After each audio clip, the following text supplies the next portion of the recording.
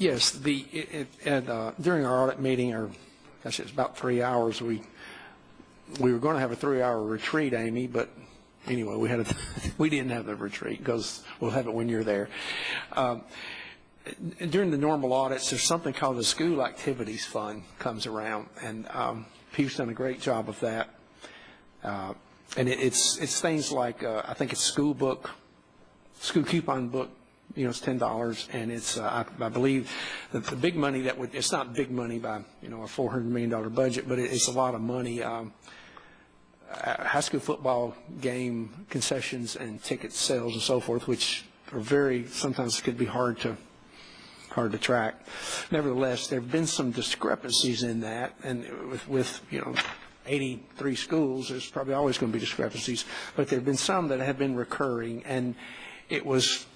And I will let Commissioner Brown, if he wants to, speak to this, because he suggested, and it was my feeling that as a vice chair of the audit committee, it was suggested that I refer that suggestion to the school board, which I did. I called Chairwoman Fugit the night of the audit meeting and said that it had been requested that she put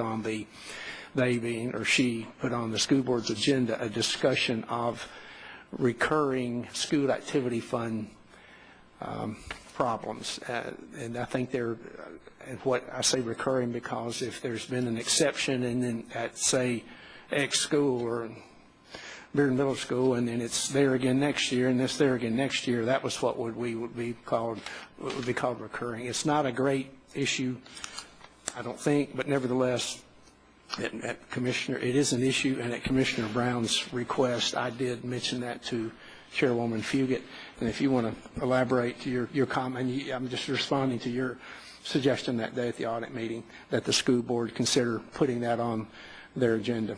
And it's a 300-page document, but it can be narrowed down to about 8 pages. I think they can locate it.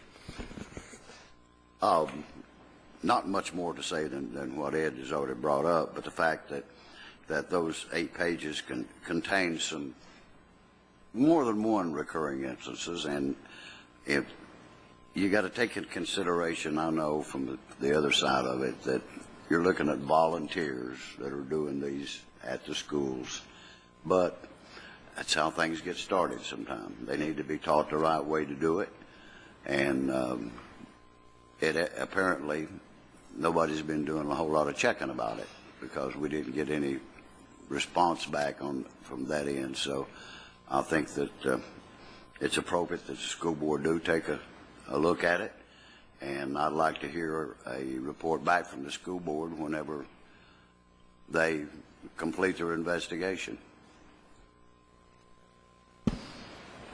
All right.